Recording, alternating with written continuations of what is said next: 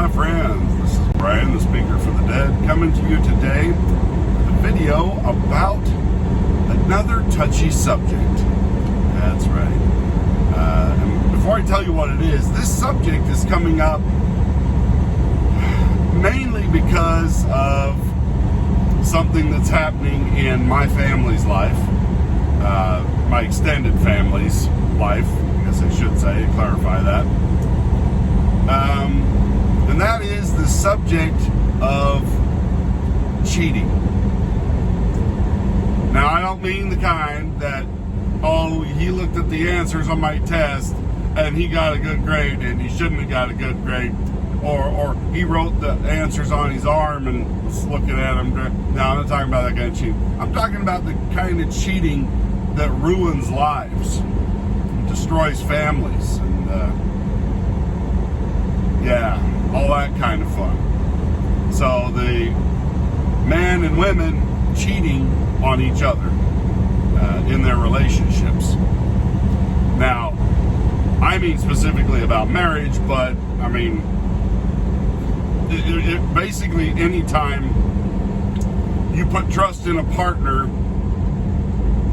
and then they betray you, they go start being with another partner while pretending to still be with you, and yeah. Now, I'm blessed. I have never had this happen to me, and I have never done that to my wife.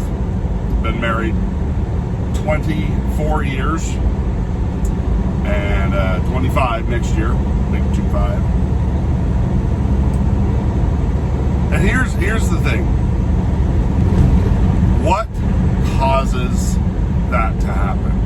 What causes marriages, sexual relationships, if you're opposed to marriage, what causes cheating? Now, I can only give you one side of this perspective, because I'm a man. And I can't really tell you from the woman's side. I don't know what it is that causes a woman to cheat. Maybe it's the same thing.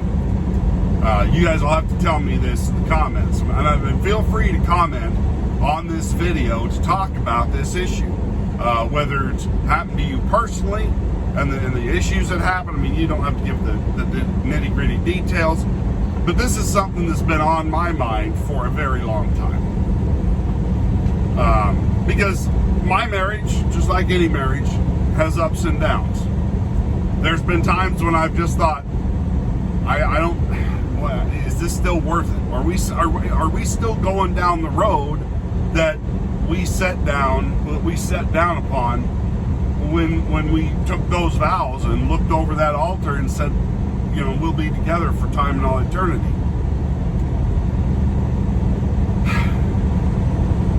And that's a long time to spend with somebody that gives you pause every 10 years. So it makes you think about things. And then recently, as I said, there's a person in our family who has made some poor choices, done some things that they ought not to have done, and committed adultery. Has been excommunicated from our faith, and has left his wife and 2 little kids. And basically, she left. I'm trying not to give you too many of the details, but apparently this had happened more than once. She forgave him. But then, which I think is just the most Christ-like thing that you could do. I mean, to forgive that, to forgive somebody cheating on you that way is just, I mean, that is a level of forgiveness that I don't know that many of us have it in us to forgive, to truly, truly forgive for that kind of a mess up. Because to me, that is the most special, the most intimate the most heartfelt, amazing thing that two people can experience together. That there's an intimacy and a bond there that if it's done right, you share with no one else. And you know, it's just, I was a virgin when I got married. So was my wife. Me and my wife have only ever been with each other. So now I'm not saying, oh, that's the best way, it's the only way, you should never do it any other way. I think that's the best way. But a lot of people don't. A lot of people have a lot of partners before they find the person that they're really wanting to be with. And I'm not saying that that's the worst thing either. It is, but it's not. No, I have a buddy who's, when he starts telling me about his sex life, I just sit there with my mouth hanging open. I'm like, have you ever counted how many women you've been? Do the numbers go that high? I mean, it's crazy. And he's being dead serious. He's not one of these brag just to make you think he did something that he didn't do. He's not that way. He will tell you exactly what happened in detail. It's like whenever I would be driving with him, it was like having my very own live reading of Penthouse Forum or, you know, whatever. You know, sex stories. He'd sit there. We'd both be getting tired driving down the road, and he'd just start talking about sex story, and he'd have me just laughing and like mouth hanging open and stuff. And so I'm just like, so I understand what goes on out there. And this really isn't a discussion of who's to blame, like whose fault is it. But from a man's perspective, this is how I see it. This is me. This is what I've noticed in my life. If a man is sexually satisfied at home, he will not go looking elsewhere. He's not going to go looking for something else. Because why would you do that? I mean, if you've got steak and shrimp and the best food in the world at home, why would you go out to eat when you could go home, make it yourself, and it'll be better than what you can buy at the store? Why would you not? Why would you just go home and do it your way? Well, that's how sex is for me. Love. No man in his right mind walks away from a loving woman who likes sex as much as he does and is actively involved in the sex life as much as he is. Now, the troubles seem to come from, you get one guy or gal, more often a guy, but gals do it too, that feel like one partner can't satisfy them, or one partner, their partner isn't willing to do all the things that they want to do that will make them feel fulfilled and happy and loved. And that leads people to seek out others who will do that stuff. This is a hard issue, and there's no set rules for how this works, because there are a lot of weird people. There are men who I have beautiful, sexy, amazing wives who probably have great sex lives with them, who would still go out and cheat on that wife because they can. Tiger Woods, I'm talking to you. But I mean, who knows what was going on behind closed doors? Was she cutting him off? Was she like not more of a cold fish? I mean, was she just kind of a, yeah, we'll do two positions and that's it, nothing more? You know, man on top, woman on top, that's it. We get two positions.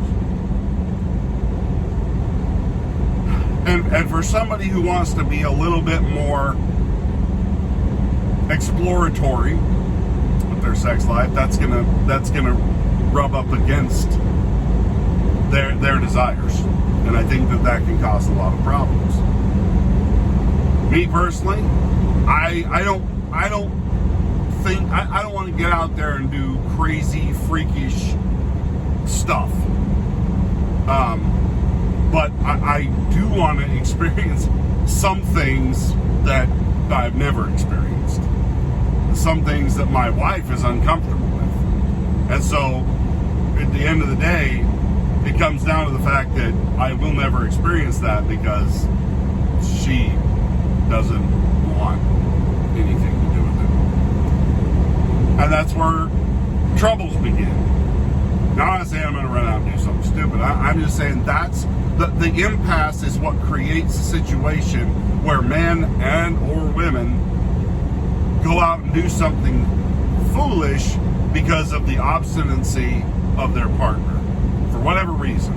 Religious convictions, just gross factors, germ, concerns, whatever it is. Whatever it is that stops people from doing what their partners need them to do. The thing that always bothers me is that more often than not, the person who is restricting the sexual relationship blames the person who breaks away and goes out and cheats on them, and blames them wholly and totally for what's happened. Well, he committed to only be married to me. Yeah, that's when he thought that you wanted to have sex more than once a year. That's when he thought that you wanted to do more than 2 sexual positions. He didn't want to go, he didn't want to go through the Kama Sutra page by page and try them all. He just wanted to try something different. And people don't understand that, like, I'm sorry, but when it comes to sexual relationships, you've got to be open to the needs of your partner.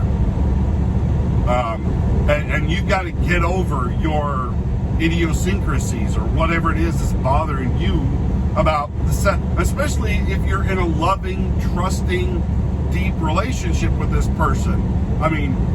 You should want that for them. You should want them to be happy in sex, in your sex life. It is a major, major part of a relationship, of an adult relationship. And though, I've suffered with some of those things in my marriage. My wife is very proper and prim and very prudish and stuff, and it has limited us. Now, I will not tell you that our life together, our sex life together, it has been bad. It is not. It is just not always been as fulfilling as what I was hoping for. Now, this is just me being candid. This is not like I hate my wife and I'm gonna leave my wife. That is not what I am saying. I am saying life is a give and take. I can deal with the fact that I'm going to miss out on a lot of things, sexual wise, because I'm married to an amazing woman who works hard, who's given me 6 beautiful children, and he's just a great person, sweet, kind, beautiful, talented. She really is the love of my life. And so you have to decide. But I for a long time, I was really hung up on this. And even to this day, I'm still a little hung up on it. I wanted more. I wanted to try things. I wanted to do things, not crazy, swinging off the bed lamp, whips and chains and dominate. No, none of that. My fantasies are really low key. They're really not wild, crazy, having sex on an airplane wing flying over the Mojave Desert. No, I'm not. That's not what I'm talking about here. I don't want you guys thinking that I'm some crazy sexual deviant. I'm not. You know what I mean? Everybody has those things that they want to try as they learned about sex growing up. And it's a hard thing to deal with in adult relationships. It is not as easy as it seems on the surface. Making both people happy. Learning to deal with someone who's come from a completely different background than you. Maybe their family wasn't nearly as open about sex, and so they didn't even understand all of the terminology before they got married to you. So I know this is a bit of a stray from the topics I normally talk about on here. It's usually Star Wars and Star Trek and stuff, but I think this is an interesting subject. I think, like, I don't know if any of you guys have ever listened to Dr. Laura. She has a book out called Proper Care and Feeding of Husbands. And I can tell you this, having listened to that book, I'm not a fan of Dr. Laura. I didn't really care for her, but I got her book just to be like, okay, I want to see what she says in here. Is this going to be a slap of men? Is this a slap of women? It's like, women, if you want to know how to keep your husband happy, to make it so that he'll never cheat on you, that if you need an attitude adjustment, go read that book. Go read that book. It will answer. If men are from Mars and women are from Venus, it's the manual to the Martian. That's what it is.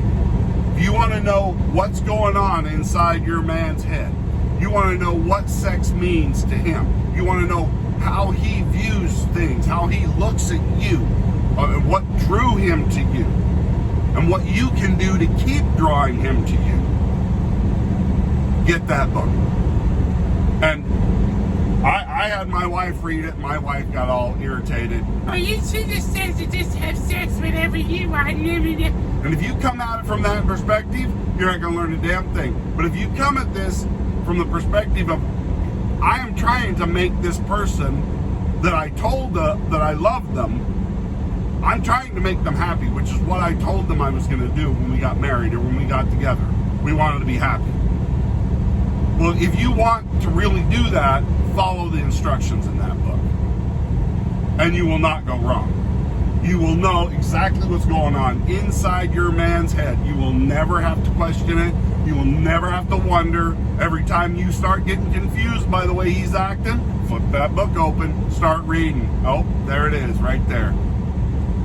Because it's based on letters that she received to her radio shows over the years of frustrated men who couldn't figure out how to deal with their wives and couldn't understand what their wives were telling them, and just crazy stuff. And her advice to them and her advice to the women who were doing this to their husbands and then bitching about them. So I absolutely guarantee you, if you want to fix things, and this needs to be the woman that goes to get this book. Don't buy it for your wives and hand it to her, because that'll probably start an argument. I mean, I got it for my wife, but I'd been talking to her about it beforehand. I just said, hey, I want you to read this book that I'm reading and stuff. And she didn't agree with anything that was in there because it wasn't what she wanted to hear. And she wasn't in a place where she wanted to hear the truth. Because the truth would have meant she was wrong and she'd have to change. And people don't like change, especially when it has to come from them. But I mean, the book also says the men have to change. So it's not just an all one-sided deal. But it's funny how women say they want their men to be happy. You know, I don't want my man cheating on me. I want my man happy. But they're not willing to do what it would take to actually make him happy and keep him. You know, it's like Ron White says, I'm a pretty good dog, but if you don't pet me once in a while, pretty hard to keep me under the porch. Perfectly stated. You're going to drive your man into doing things he doesn't want to do. And you shouldn't want him to do it. So, anyway, let me know what you think about this. How is things for you in your relationship? You don't have to get too detailed. But I mean, have you ever struggled with this trying to figure out what your partner wants? And because quite honestly, and I'll end on this. Dealing with the opposite sex for me, specifically with my wife, who is a sweetheart and I love her. It's like trying to crack a safe where the combination is continuously changing. What worked one time will not work the next time. What worked 3 times before will not work tonight. I mean, it is trying to be the world's best safe cracker while it's continually in flux. Very frustrating. And sooner or later, you just start feeling like you're a bad safe cracker. I break into that safe less and less, it seems. So, anyway, let me know what you think. Looking forward to hearing your comments and having a conversation with you guys about this, because this is something I think about all the time, especially when people that I know and I'm close to go out and have affairs, cause problems for themselves and their children and their families and I just wonder what started that. What was the catalyst? Was it the sex, or was it everything else? Was the sex great but nothing else was, and that destroyed it? Or was it that everything else was good but the intimacy life just left everybody feeling cold in the relationship? And that it's something I think that we, especially here on YouTube, where we can actually help each other with these kind of things, these kind of real world, real life problems of how you solve that. Now, this isn't to start some deviant sex chat. That's not what I'm talking about. This is not a penthouse forum. This is real world. This is what happened to me. I wish I knew how to fix it, but I don't. Just an opportunity to talk about the things that have caused problems for us in our relationships, sexually or otherwise. Anyway, thanks for watching, and we'll talk to you next time.